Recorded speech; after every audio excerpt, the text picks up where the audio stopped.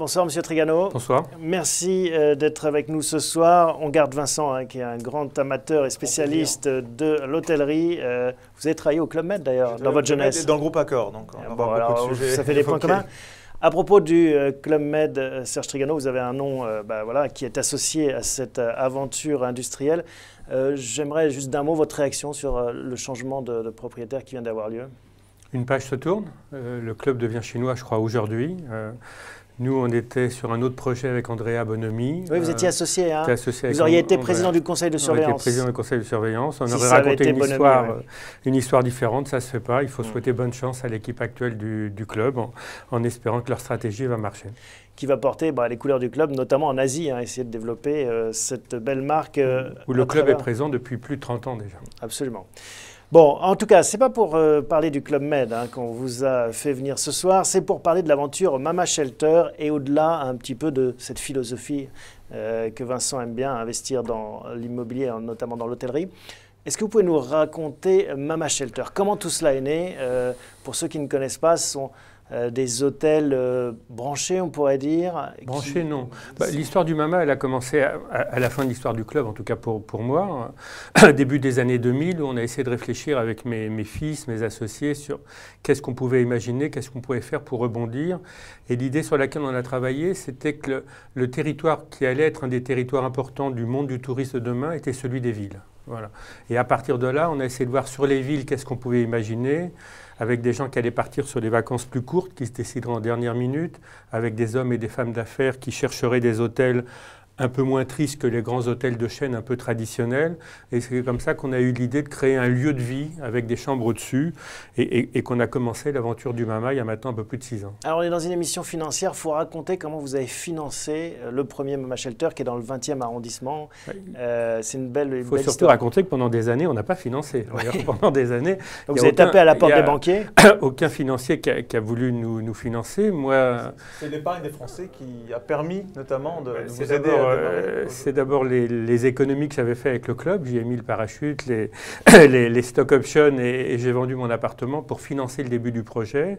Et puis après avoir fait le tour de pratiquement l'ensemble des banquiers français et internationaux, on a trouvé une banque, le Crédit Agricole, la Caisse d'épargne, pardon, qui nous a proposé de financer le Mama sous forme de résidence de tourisme, les fameuses LMP, en ayant en fait un certain nombre d'investisseurs qui, à titre privé, allaient acheter une chambre et s'engager à la louer au Mama Shelter. Et c'est un peu comme ça qu'on a pu financer le premier Mama Shelter. Ce qui était une bonne idée, hein. Vous alliez proposer à quelqu'un qui avait un peu d'économie d'acheter pour 180 à 200 000 euros une chambre d'hôtel avec un rendement qui allait l'accompagner, plutôt que d'acheter un studio ou l'équivalent ou un F2. C'était l'ancêtre du crowdfunding finalement. Et c'est marrant parce qu'aujourd'hui on voit des projets hôteliers qui reviennent dans le crowdfunding avec des tickets d'entrée beaucoup plus bas.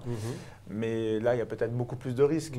Lorsque les gens le faisaient avec vous, ils avaient quand même en face d'eux des gens qui connaissaient leur métier, qui étaient experts et qui avaient déjà des... D'abord on n'est pas les premiers à l'avoir fait. Pierre et Vacances avec Gérard Brémond l'avait fait bien avant nous.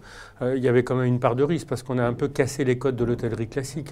L'hôtellerie classique, elle vous dit ce qui compte c'est la location. L'hôtellerie classique, elle vous dit vous faites de l'hôtellerie ou de la restauration, vous ne faites pas les deux en même temps.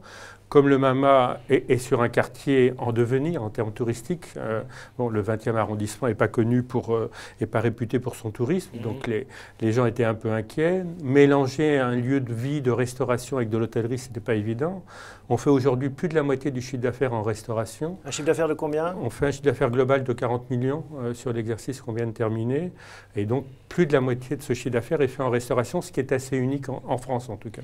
Parce qu'il faut bien rappeler, le métier de l'hôtellerie souvent se décompose en deux métiers. Il y a ceux qui investissent dans les murs, en l'occurrence c'était ces particuliers qui ont accepté de vous suivre. Et puis il y a le métier d'hôtelier en tant que tel. Exactement. Celui qui gère. Il y a le métier d'investisseur. C'est ce que Marriott, c'est ce que Accor, c'est ce que toutes les grandes chaînes ont fait aujourd'hui, où il y a des fonds dédiés maintenant à posséder les murs. Et puis en face de ça, des gens qui gèrent sous différentes formes de contrats, de management, de location, de franchise. Et nous, on s'est mis délibérément dans la deuxième partie de cette activité. Notre rôle, c'était de créer une marque, de la faire vivre et de gérer et de commercialiser ces hôtels. Et ça a été un succès à tel point que Accor a marqué finalement cette belle aventure hôtelière. Accor, un spécialiste du métier. Et c'est pour ça que je disais que c'est branché, parce que finalement, quand on intéresse des grands du secteur, c'est que finalement on est sur le radar. Alors c'est peut-être pas le terme, le qualificatif que vous aimez. Certains disaient bobo ou autre. Enfin ça, je vous laisse libre. Mais Accor a pris 37% finalement du capital de l'aventure. Accor a pris 35% effectivement, parce qu'Accor a estimé que c'était une gamme d'hôtels qui manquait dans leur panel d'hôtels. Ils ont des hôtels très intéressants, les Novotel, les Ibis, les Sofitel. Il manquait un truc un peu sexy, il manquait un truc un peu lifestyle. Moi, je préfère le côté populaire au côté branché. C'est-à-dire que quand vous allez au Mama, il y a à la fois des jeunes et des moins jeunes. Il y a des gens qui ont des moyens, des gens qui ont moins de moyens. La mixité, en fait. Et je crois que la clé du succès du Mama, en partie, est due à cette mixité qu'on a su créer depuis le départ et qu'on arrive à perpétuer. Et ça, vous êtes tombé dessus un peu par hasard ou c'était vraiment une étude marketing, il n'y a eu aucune étude marketing comme à la création. Ouais. On sent que vous êtes un intuitif. Il n'y a pas d'étude marketing. Non, il y a le fait de sentir, d'essayer d'avoir un peu d'intuition. Je crois que s'il y avait une étude marketing, le Club Méditerranée n'aurait jamais été créé en 1950. Je crois que si on avait fait une étude marketing, ça aurait été pareil pour le Mama. D'ailleurs, les quelques consultants qui ont analysé le business model du Mama disaient que ce truc ne marcherait jamais et que si on faisait 40 couverts le soir au restaurant, ce serait un miracle. On fait entre 500 et 800 couverts tous les jours, y compris en début de semaine. Bon, en moralité, il ne faut pas écouter trop les... Au restaurant aussi. Il faut pas écouter trop les consultants quand on lance une aventure. Comme dans tout, il y en a des bons et des moins bons. Et puis il y a des entrepreneurs surtout. Oui, Vincent, à point de vue financier, investissement. Alors, nous, aujourd'hui, on voit beaucoup de produits arriver. Il y a d'abord une demande. Les gens veulent investir dans l'hôtellerie. Les épargnants veulent donner du sens à leur épargne. Donc aujourd'hui, il y a par exemple sur le marché parisien, il y a 2 produits qui apparaissent. Un qui s'appelle Finotel, l'autre Novaxia. Et en fait, pourquoi ces produits apparaissent? Parce que les gens, comme je disais, veulent donner du sens à leur épargne, mais ils ont envie de toucher aussi d'une certaine manière. Tout à l'heure, on parlait de l'assurance vie. La plus grande difficulté qu'on a dans l'assurance vie, c'est de rendre des choses intéressantes, attractive. Alors, il y a de l'innovation, mais dans l'hôtellerie, c'est beaucoup plus facile. C'est pas sexy, l'assurance vie, c'est virtuel. Mais on peut faire des erreurs. Donc, justement, nous, ce qu'on aimerait comprendre, c'est quelles sont les erreurs qu'il ne faut pas commettre si on décide d'investir dans l'hôtellerie. Est-ce que vous conseillez plutôt aujourd'hui d'aller vers les modèles qui vont promouvoir l'immobilier, ou alors vous allez plutôt aller, ce que je comprends être votre stratégie, vers les modèles qui vont promouvoir d'une certaine manière une histoire, une marque, et ensuite faire monter le business model pour créer de la valeur. Quelle est finalement votre approche aujourd'hui Notre approche, elle est simple. Je pense que l'industrie du voyage au sens large du terme est la première industrie du monde et elle ne va faire que grandir. On va voyager de plus en plus, le temps libre va augmenter, on vit des crises, on vit des moments difficiles, mais sur le long terme, c'est une des grandes industries de demain. Bon, et les gens commencent à s'en apercevoir. Et dans cette industrie, il y a effectivement la restauration, le voyage et l'hôtellerie. Dans l'hôtellerie, je crois que le charme de ce métier, c'est qu'il y a de la place pour tout le monde. Il y a de la place pour des émirs saoudiens ou qataris qui n'ont aucune notion du retour sur investissement et qui se payent les plus beaux joyaux de la terre. Il y a de la place pour des gens comme nous, beaucoup plus modestes, qui essayons de réinventer des choses. Je crois que ce qu'il faut, c'est trouver des gens qui ont de la passion.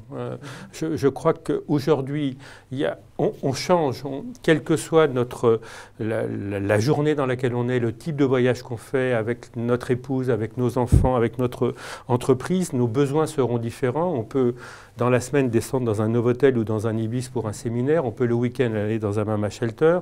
On peut se faire très plaisir dans un Four Seasons à un moment donné et autres. Voilà. Et donc, ce qu'il faut, enfin, au moment de choisir son épargne et où est-ce qu'on met, c'est d'essayer de trouver en face des gens qui ont de la passion. Ce métier du tourisme ne vit à la fois bien sûr que par des facteurs économiques basiques que vous connaissez, et en même temps, il faut trouver des hommes et des femmes qui ont de la passion. Donc derrière ces fonds, il faut un peu de passion et un peu d'expertise. Ouais. Et après, il faut y aller.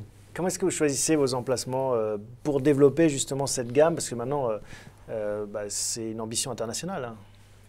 Écoutez, nous, on essaye de se poser dans les villes qu'on aime, dans les villes qui racontent une histoire. Donc, on s'est posé dans des villes comme Marseille, comme Lyon, comme Bordeaux, où les mairies nous ont accueillis. On s'est posé à Istanbul parce que c'est une ville qui est en plein développement. On va se poser dans quelques semaines à Los Angeles parce que je crois qu'il y a un avenir pour le Mama extraordinaire. Et on visite actuellement, avec mes fils et mes associés, des tas de sites. On essaye de poser le Mama sur les grandes villes dans un premier temps européenne, puis nord-américaine, voilà, dans des villes qui ont de l'âme, dans des villes dans lesquelles on peut à la fois trouver une clientèle d'affaires et une clientèle de loisirs. Le problème dans notre métier, c'est d'avoir un taux d'occupation qui soit élevé tous les jours de l'année, tous les mois de l'année. Donc il faut des villes qui s'y prêtent. Il faut des villes comme qui s'y Paris, prêtent. par exemple, Paris qui est merveilleux. étant la ville magique pour des gens comme nous. Vous avez combien de taux d'occupation d'ailleurs? On est à un peu plus de 84% sur Paris. Ce qui est un bon standard. Oui, honnêtement, comme la plupart des hôteliers sur Paris aujourd'hui. Justement, nous, on a une question à propos de Paris, puisque un des produits aujourd'hui qui permet à tout un chacun d'investir dans l'hôtellerie, c'est d'aller sur un produit qui s'appelle Finhotel, qui investit sur quelques hôtels à Paris. Ces produits-là, en fait, et lorsqu'on regarde un petit peu les brochures, on se dit Paris ne va jamais connaître des difficultés en termes de tourisme. On a 80 000 chambres actuellement sur Paris, on va bientôt arriver à 100 000. Est-ce que vous croyez que même à 100 000 chambres à Paris, on arrivera à remplir au même niveau, arriver à plus de 80% de taux d'occupation? Il faut savoir, bon, je crois qu'on a la chance, les gens autour de cette table, de vivre à Paris. Bon, pour ceux qui ne vivent pas à Paris, Paris c'est un mythe. Paris c'est une ville qui fait rêver. On rêve, quand on est chinois, indien, américain, d'y venir quelques jours avec l'homme ou la femme qu'on aime, avec ses enfants. Voilà. C'est un mythe, c'est une marque mythique Paris. Donc ça continuera. Alors à 80 000, on est à 82% d'occupation. À 90 000, à mon avis, on y restera. À 100 000 aussi. Bien évidemment, à un certain moment, certains hôtels auront un peu plus de mal à remplir qu'ils ne l'ont aujourd'hui, où aujourd'hui, pratiquement n'importe qui arrive à ces 75-80% de taux d'occupation. À un moment donné, c'est vrai qu'il y aura des choix qui se feront. Le marché va trouver son point d'équilibre. Comment est-ce que vous allez financer ces prochaines aventures? Est-ce que vous allez continuer ce mode un peu participatif où vous allez proposer finalement à quelqu'un qui a un peu d'économie de vous accompagner à Los Angeles ou ailleurs? On est ouvert à tous les modes nous, on est des empiriques. Donc, on a bâti le MAMA au fur et à mesure des interlocuteurs qu'on a trouvés, des partenaires qu'on a trouvés. On est maintenant appuyé sur Accor, qui a aussi une force d'investissement exceptionnelle, qui a des partenaires financiers dans chacun des pays. Donc, ils vont nous accompagner sur une partie de notre aventure. Et sur le reste, si demain, on trouve des épargnants français ou autres qui veulent nous accompagner dans d'autres aventures, on sera les hommes les plus heureux de la Terre. On imagine. Et on les orientera de façon très professionnelle, je pense, sur le sujet, avec plaisir. Voilà, les métiers se rejoignent. Encore une question, Vincent, ou on a fait le tour là? Non, je crois qu'on a fait le tour. En tout cas, on souhaite voir des Mama Shelter partout en Europe et dans le monde, et on serait ravis que ce succès continue. Et moi, j'ai une dernière question. La prochaine ouverture à Paris sera dans quel coin? Écoutez, on est sur deux, trois sites, dont un site vers l'ouest de Paris. D'accord. Merci beaucoup Serge Trigano de nous avoir rendu visite, d'avoir répondu à nos questions. Et puis donc longue vie à cette belle aventure Mama Shelter. À bientôt. Merci à vous. Bientôt.